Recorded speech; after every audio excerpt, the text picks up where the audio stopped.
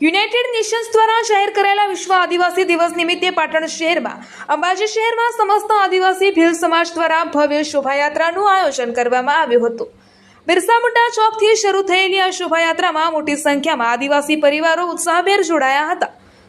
આ દરમિયાન એક તીર એક કમાન સબ આદિવાસી એક સમાનના નારા સાથે આદિવાસી એકતા અને સંસ્કૃતિનો સંદેશ આપવામાં આવ્યો હતો।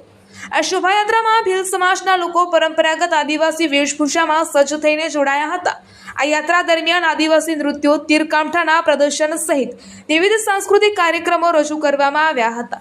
આ સાથે જ વૃક્ષો બચાવો, પ્રકૃતિ બચાવો, પાણી બચાવો અને સ્વચ્છતા અભિયાન જેવા મહત્વપૂર્ણ પર્યાવરણ જાગૃતિના સંદેશ આપતા વિવિધ ટેબ્લો પણ રજૂ કરવામાં આવ્યા હતા।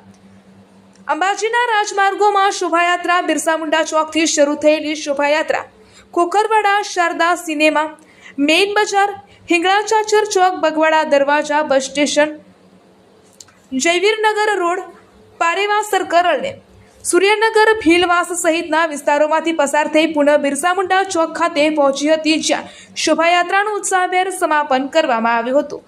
શહેરના રાજમાર્ગો પર ગૌરવ સાથે નીકળેલી આ શોભાયાત્રામાં આદિવાસી ભીલ સમાજના પરિવારોની બહોળી હાજરી જોવા મળી હતી।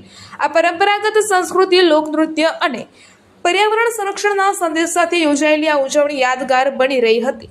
રિપોર્ટર ન્યૂઝ ઓફ પાટણ, તંત્રી રાજુભાઈ ડી પટેલ।